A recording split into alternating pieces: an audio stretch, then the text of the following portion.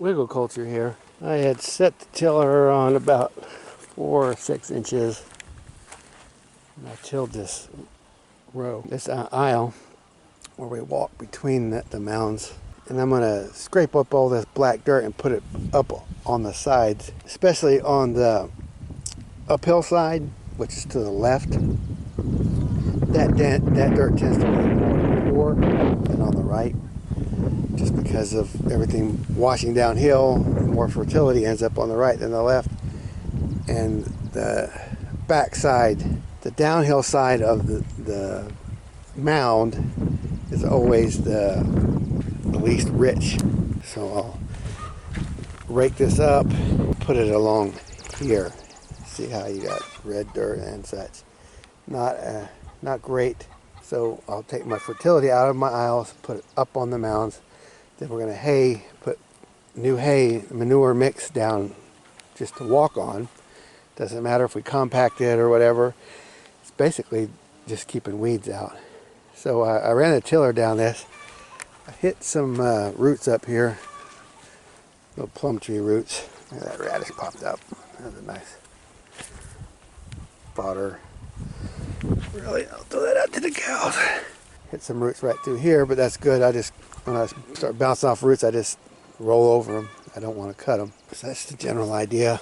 It helps me manage my weeds, and it helps me get fertility back up in my mounds, so it stops washing downhill so quickly.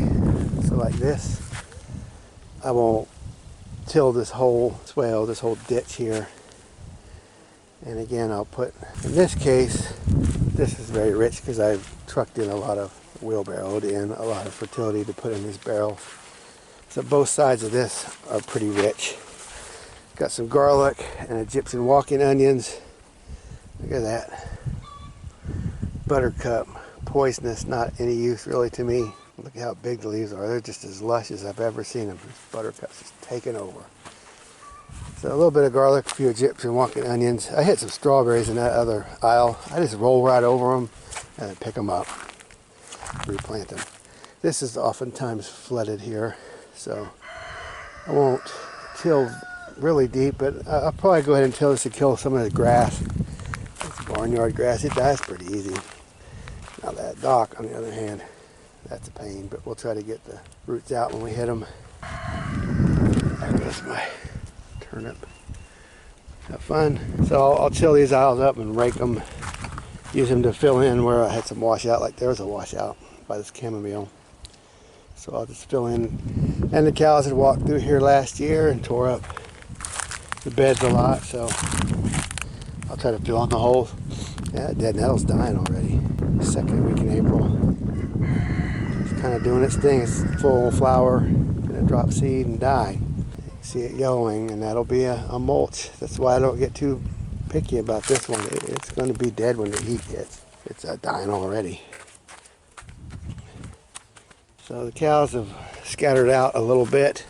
They're going for the choice grazing first. I really want them to graze along here. I'll leave them out here another half hour. I'm going to chase them out. They will have had their chance to clear this fence line for me. I'm only going to go out 16 feet, the width of one cattle panel. And I'm just going to use nothing but cattle panels and T-posts, so it's totally, I'll wire it all in. We'll use nice long pieces of wire that take on and off real easy. So I'll just wire it in for like growing season, whatever it is, 5 months, 6 months. I don't think quite 6, 5.5 months. I'll have these panels up just to protect whatever I put in. Then at the end of the season, I'll just take the panels down, let the cows come in, and they'll clean up all of my mounds, whatever weeds came in, whatever corn stalks are left, or whatever is left over, sunflower stalks. I'll even let them, I'll put sweet potatoes down here. I'll let them graze all the foliage off. I'll let them in just before we get a freeze that'll kill that foliage. So I'll let them graze over, eat all the greens off, let it freeze, let it sit just a little bit, and then I'll dig them up. So that'll probably be late October, early November. I'll harvest the sweet potatoes I put in. So I'm not going to do a whole lot of care. I might try using that rototiller, set it on like 2 inches and run it between the rows. I don't do much traditional row crop farming, but I'm going to try to do that just to get some calories. Kind of a different deal. It's more traditional than I would usually do it, but I want to see what kind of food we can put up. Might put some butternut out there, and we'll just see what we put out there. But that's the general idea. So I'll show you some footage after I till this, after I get these cows out of here, and I'll till it out. How many ever rows that'll be, probably 5 or 6 rows. Maybe 7, I'm not exactly sure. And I'll also put a row of hay along this fence to choke out the grass that's creeping in the garden. This side, we'll till it. We'll get those Jerusalem artichokes out of there and plant those out there in the pasture. And then just look at these buttercups, man. They're just going crazy in the dock. Both of those. I'm just going to chop all that up.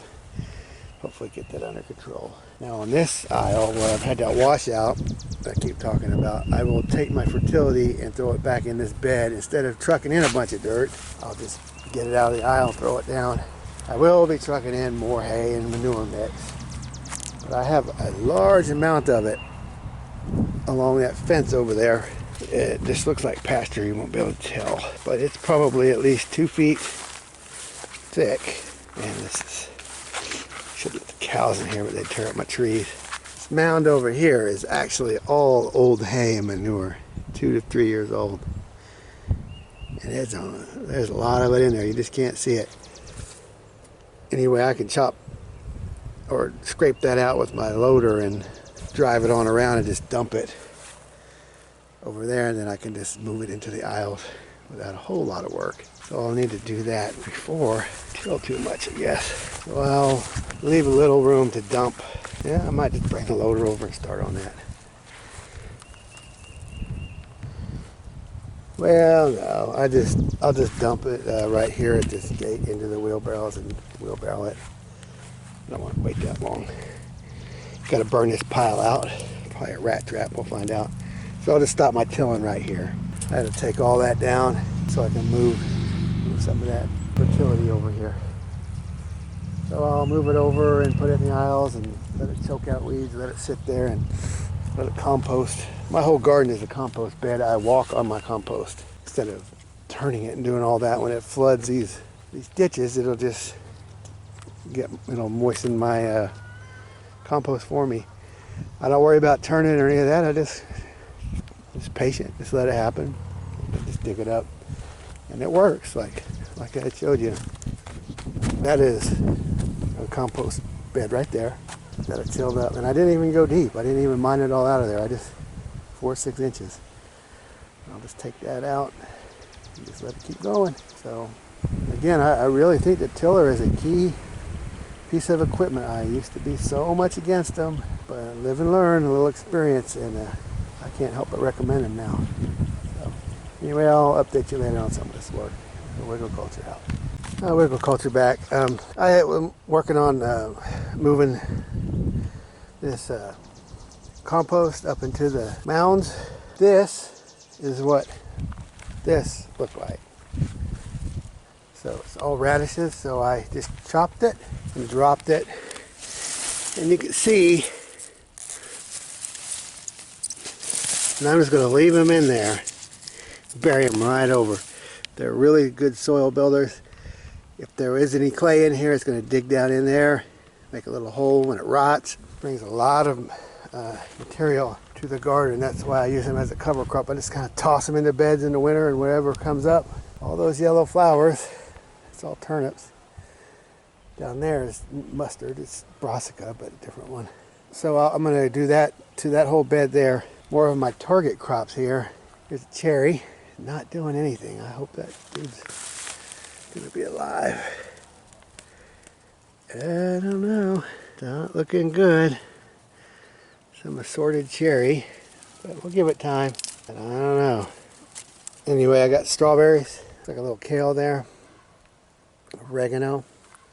I also had thyme and some other things I don't know. Well, there's a little thyme in there. It made it. So this was not a target crop. This is just a potting area that went awry. So I'll probably chop and drop all that because it's in the way of my strawberries that are in there. They're not getting the light I want them to. And that's just a quaking aspen tree, kind of an oddball. I just had out here in the pot, just trying to keep the cows off it. It rooted through the bottom of the pot, so I just let it grow. It's more of a mountain tree, Rocky Mountain tree. But it seems to be happy enough here. It's doing all right in the acidic soil we have. So anyway, I'll be raking this compost right on top of that, and I'm just going to leave it sit. There's not going to be any plants in it just yet. I might put something in there later if it looks ready. So that way I don't have to truck this dirt so far. I'm just going to throw it right to the side there, right on top. I don't really have any target crops in this part, and this is pretty well shaded. So I might try some, there's some more oregano, and looks like an apple here. Liberty, yeah, that's a good one. Liberty apple. All those Osage oranges I'm going to be replanting to make a fence row out of. So anyway, I just wanted to go a little more in depth of what I'm doing with this compost and this mound here. So I'm going to definitely try to put something in here. Strawberries, maybe some more garlic, onions. Doesn't get full sun through here, so we'll see what we do with it. All right, WiggleCulture out.